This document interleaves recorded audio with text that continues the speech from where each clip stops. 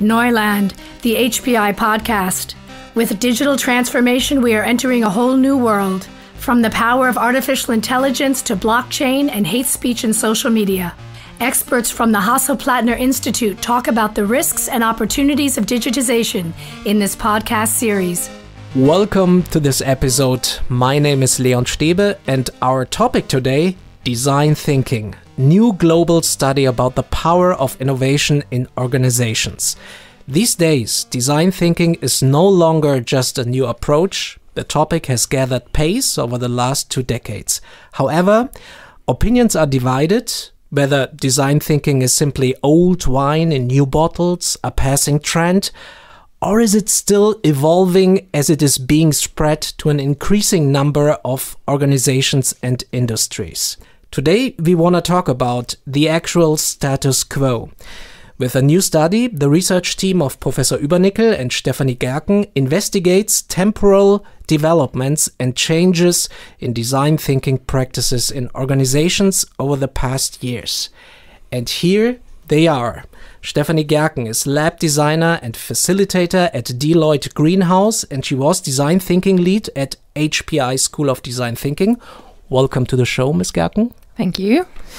And Falk Uebernickel, he's professor at the Hasso-Plattner-Institut for Design Thinking and Innovation Research. Mr. Uebernickel, good to have you on the show again. Welcome. Good afternoon. Ms. Gerken, let me start with you. What exactly is this new study about? Well, as of 2021, it's a first replicative study since 2015, where we had a big global study in design thinking in organizations about its usage and its implementation. And it's the first time that we repeated those questions that were asked back then and also added new to compare also the current usage of design thinking and how organizations actually implement design thinking and how it's evolved, and to actually envision also future behaviors of those organizations. So what exactly was the aim, Mr. Uebernickel? What was your motivation for conducting this study? We wanted to know what is design thinking about nowadays, because there are a lot of publications around in the market, as well as scientific publications and also practitioner papers. And most of our listeners here, they know about design thinking. But as Stefanie just mentioned, there is no study around that creates a bigger picture where design thinking stands at the current moment. And on top of it, we also wanted to know what is the future of design thinking. So what will come next and what will be the status quo in 3 years or 5 years from now on in those organizations that participate in the study. So the aim is basically to have a new status, to see where it is currently, and to enlighten the scientific and practical discussions about it, and also to know where it's going to be.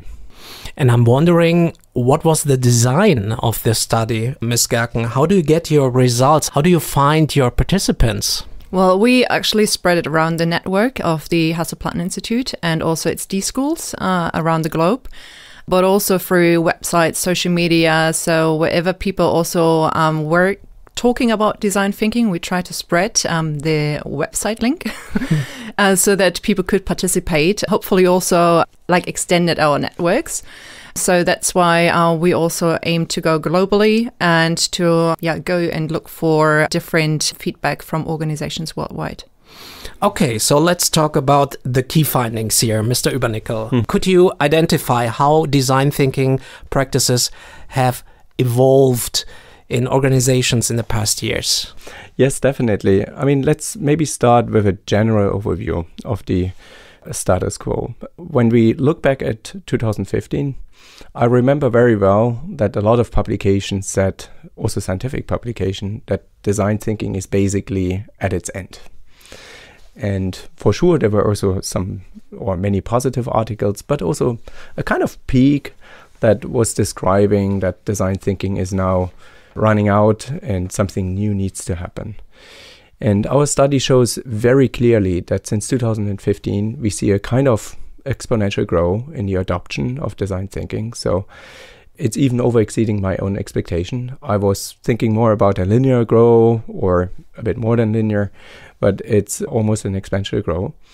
Sure, there were also some discontinuations, but this was just a minor percentage of organizations that discontinued with design thinking or explicitly with design thinking. But in general, we can find clearly that the adoption rate was growing massively. So secondly, when we look in more detail on the adoption and evolving part, we can clearly see that in the beginning, so in 2015, when the first study was conducted, that mostly research and development departments have adopted this approach for product and service development. But nowadays, other departments identified this as a new method and even mindset for themselves as well, like IT departments, like operation and manufacturing. And just to highlight this, especially in operation and manufacturing, it's kind of unbelievable, a 92% growth. And also for the future, we see another big growth rate for operation and manufacturing. And now maybe some of the listeners might wonder, okay, what are you doing with design thinking in operation and manufacturing? And just to give you one example from the automotive industry, we work very closely together with most of the bigger automotive companies here in Germany. And one of them in the south is specifically looking into reinventing production mechanism and procedures. And it sounds simple, but it's not, because in those organizations, they learned over the last 30, 40, 50 years how to produce a car. But now we have new trends like electric cars, like digital cars, and even new ways of producing such cars. And design thinking is helping them, for example, to reimagine this complex world of manufacturing with this new mindset and method set. So when we look at this evolving part, there's a lot of stuff going on basically in the field. And thirdly, also to mention the qualification level of employees. I mean, in the past, we saw a lot of beginners, people who just started with design thinking and got interested. But nowadays, we see much higher qualifications levels. So not just beginners, but also intermediates and even experts and gurus that exist in those organizations. So it's not a passing trend, Ms. Gerken. We are talking about a long-lasting phenomenon, right? Right. So I would rather describe it as a long-time establishment or long-lasting establishment kind of in the organizations. As Falk already said, like since 2015, the growth of actually usage of design thinking within organizations grow exceptionally. And we also see it that a lot of our participants were, when we asked them also how mature they're in design thinking, how experienced they are, that they were rather in the even advanced or expert level already. So this is also a huge difference to what was measured or identified in 2015, where most participants had 3 years or less of design thinking experience. And in our study, we could see that actually almost 60% had more than 3 years of design thinking experience. So that also ever since they continued, also a lot of people using and applying design thinking in their daily business world.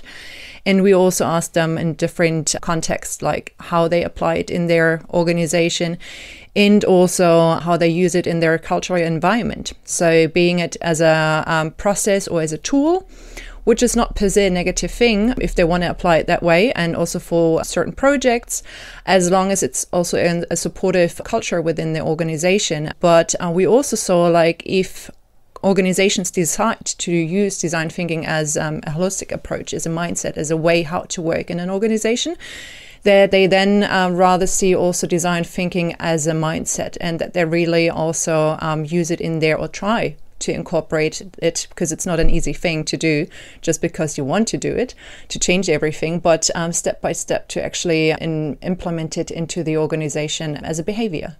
What examples do you have in mind when we are talking about an effective implementation of design thinking? Well, it's really also difficult to say what's effective within an organization, because everyone starts at a different point in time. And but I think it should be identified that the culture is actually supporting an open approach as design thinking is, because you also work with as less or little hierarchy as possible to also mix different departments and get an exchange on different opinions, to express opinions openly. And also to have an interest in exploring and maybe also even failing, which is part of the deal if you go new ways. And the company must be open to that, or at least be willing to adapt in that direction. But if this is not the case and it's a more traditional and very hierarchical environment, and it's very much focused on results and very fast results maybe, and also something that is more repetitive, then design thinking might not be the right approach. But if a company is interested in that and they are maybe even going already a more agile way, as we call it now these days, this might be in an effective way to implement design thinking. What has changed, Mr. Uebernickel? What has changed through the past years when it comes to implementing design thinking methods into an organization? Let's look into what has not changed first. And I think what has not changed, and this is pretty much clear for the design thinking community, are the core principles. So we do not see any deviation here. So it's the user-centeredness, it's the approach to experiment, the cross-functional teams, tolerance to failure, to prototype. So all these things are still there and even more prominent into the organizations. What has changed is maybe the way how you look at design thinking. In the very early days, even before 2015, a lot of people looked very technically at the method. So they believed in steps and in tools and in concrete procedures. And let me say that, especially here in the German-speaking world, they were really perceptive to this, right? Give me a cookbook, a handbook, and then I do the recipes here. Yeah. And to a certain degree, it had a positive effect. Yeah, so it's not deniable. I mean, if you have a cookbook and go by recipe steps, why not? But it has its limitations. And that might also be the reason why a lot of people said in 2015, it's coming to an end, right? Because that was a kind of glass ceiling that was existing in the organizations. But fortunately, maybe also with the help of the HPI and their teaching and education capabilities, the viewpoint transformed from this very technical view into a mindset. So people do not stick anymore so stiff to a cookbook, but they interpret what was written there. And they realize that they need to adopt the process and the tools on the go and maybe even reinvent some of them to make it really practical to this specific situation. And this is unique. So if you would ask nowadays an organization, what kind of process model are you using? You might get then even internally in one of the organizations 20 answers. And from an academic point of view, it really satisfies me because people are now able to use this instrument for their own purposes and to reinvent what design thinking means. So that's definitely one big shift. Another big shift that happens, at least to the organizations that state the design thinking implementation as most successful, is measuring it. And that sounds maybe counterintuitive, right? Because we usually talk about freedom and flexibility, and measuring always sounds like making it more tight and strict. But we clearly see in the study that those organizations who have defined strategic goals in the beginning, so as part of their business strategy, what they wanted to achieve with design thinking, and then during the implementation, but also during the use, I mean, the usage phase is much longer than the implementation phase, hopefully. They measure what is happening, and based on the measurement, they also adjust, and they use the measurement to learn and reflect and then to improve their own capabilities. And I think this is a new phenomenon that happens, that we see a maturity in the market, that even design thinking minded people talk about measurement and impact in a positive way, so not in a negative way, in a limiting way. And it's obviously helping them to become even more successful in regard to the transformation of the organization. Talking about learning, Ms. Gerken, how do organizations learn these days design thinking, and how do they spread the mindset? There is different ways of learning and bringing actually design thinking into the company. We also saw a mix of different channels that our participants use: educational institutions where they learn design thinking from books, podcasts, MOOCs, wherever they could find something.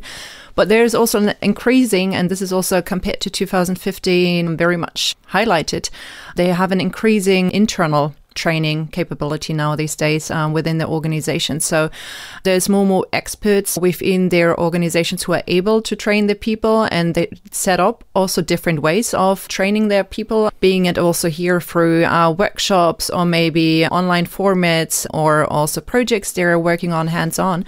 But we see here also an increase within the organizations that they actually do it themselves. So they have their own trainings, or they at least ask coaches, external coaches, to come in to their organizations to bring in knowledge. Because what we also saw, and which also makes sense, is that you learn design thinking plus the knowledge from your industry, and you have to combine both ways.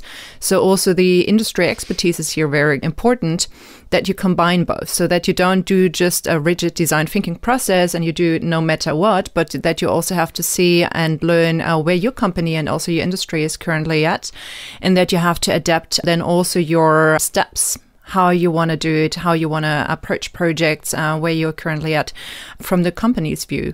And so this is also where we ask our participants, for example, if they have heard of design thinking, and on the other side, if they actually use design thinking, because these are two different things. So we also wanted to give guidance to companies of how many people should have heard of design thinking within their company, and how many people should have actually used design thinking to make such an impact. Of course, these are like first numbers and also by average of what our participants told us. But this is at least a guidance, because we get this question a lot, that people always ask, how many people should I train? Whom should I train? Where, in which department should I start?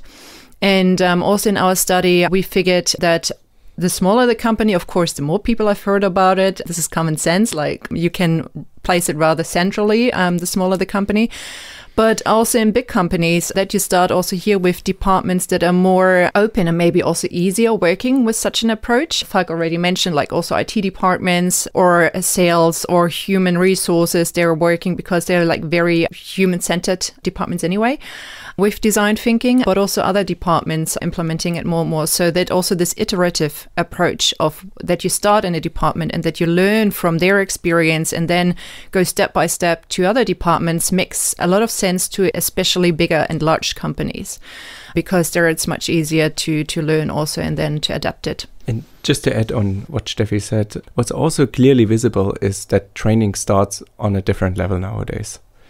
I mean, as HPI, we're since 15, 16, 17 years looking at design thinking, and we have educated thousands of students in the meanwhile. And also other universities tried to do so.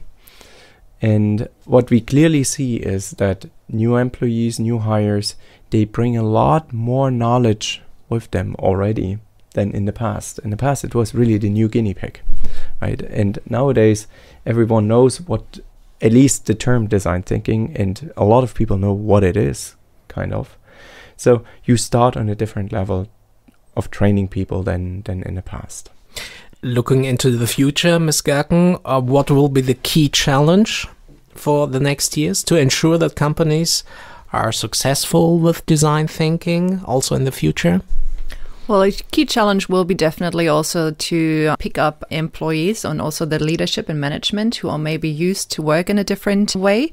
And also here to set actually the status quo so that design thinking has also potential to grow within that company. And also our participants, they stated often that they have a lot of support from the leadership, but there is also high potential for making it better. Also here connecting it to the strategic goal and also to the leadership in general. It was also mentioned that a lot that agile ways of working always need to be purpose-driven and goal-oriented. Because in this kind of dynamic social environment and we are currently at, I mean, even with a pandemic, it's very hard to forecast what is actually happening next. And an approach as design thinking is gives companies a way of working more flexible with unforeseen events, because rigid plans and really also sticking to a plan is not really possible anymore. So, and I think this is still a bit of a challenge, because everyone wants to do project planning and have a plan and wants to be secure that it works out that way. But we learned also a hard way in the past 2 years that it's actually not truth anymore. And it was probably not in the past either, but now we also see it. And so that something like a process, even as design thinking gives it to people, they can stick to, they can hold on and say, okay, we do it step by step this way. And then in the end, there comes out an innovative idea.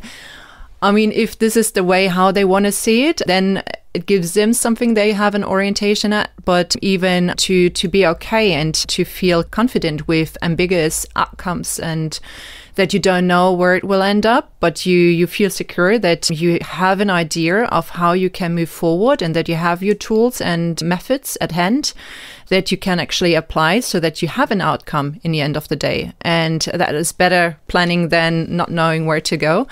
I think this is something people and also organizations should keep in mind when they think also, it might be challenging to implement design thinking. Yes, but it has also a lot of potential in the end of the day. Mm-hmm. And Mr. Uebernickel, from your perspective, what is your view of it? We all have these new challenges ahead, maybe, and all organizations will have to change strategies several times, I'm sure. How can it be done? I think as another direction to make it successful in the future, we also should look into what you just mentioned, the purpose thing. And one direction to think about is that design thinking needs to maybe combined with new trends. I mean, we have the big sustainability debate, for example, and also the big work-life debate. And I strongly believe that design thinking can help here as well. And this creates new purposes, and new purposes might help organizations also to sustain the fire for this kind of methodology. So it's not just becoming a method or a mindset, but it's still a fresh thing and a good thing to do. And as I just said, it's key to know and to give a purpose to this method and to this mindset. If employees and organizations don't know why we do it and for what purpose, then it's nonsense and people will not follow the leadership team. And therefore, it's this important. And in our study, we highlighted 3 different potential purpose areas. It's the core business, it's adjacent business, and transformational business. And it shows clearly in the study that it doesn't matter where you define the purpose, as long as you define a purpose. Yeah? And you can be successful with design thinking in your core operations. So even if you do not want to really radically innovate what you already have, it can give you a lot of new perspectives in regard to user-centeredness and human-centeredness. But also if you define the purpose around your transformational capabilities and new business areas, then design thinking is definitely qualifying for helping you in this specific field. And therefore, it's a reminder for the management and their responsibility to define what they want, what they expect, and then to be with the rest of the organization in one boat and seeing themselves as one team to strive for the success, to realize this purpose. And then design thinking will automatically unfold its power. The power of innovation in organizations. A global study shows where and how design thinking is embedded. Thank you both for this discussion. Stefanie Gerken, lab designer and facilitator at Deloitte Greenhouse, and Falk Uebernickel, he's professor at the Hasso-Plattner-Institut for Design Thinking and Innovation Research. Thank you both for sharing your insights. Thank you. And my name is Leon Stäbe. I'm looking forward to our next episode. Till then, tschüss and bye-bye. Digitales Wissen verständlich auf den Punkt gibt es bei Neuland, dem Wissenspodcast des Hasso-Plattner-Instituts.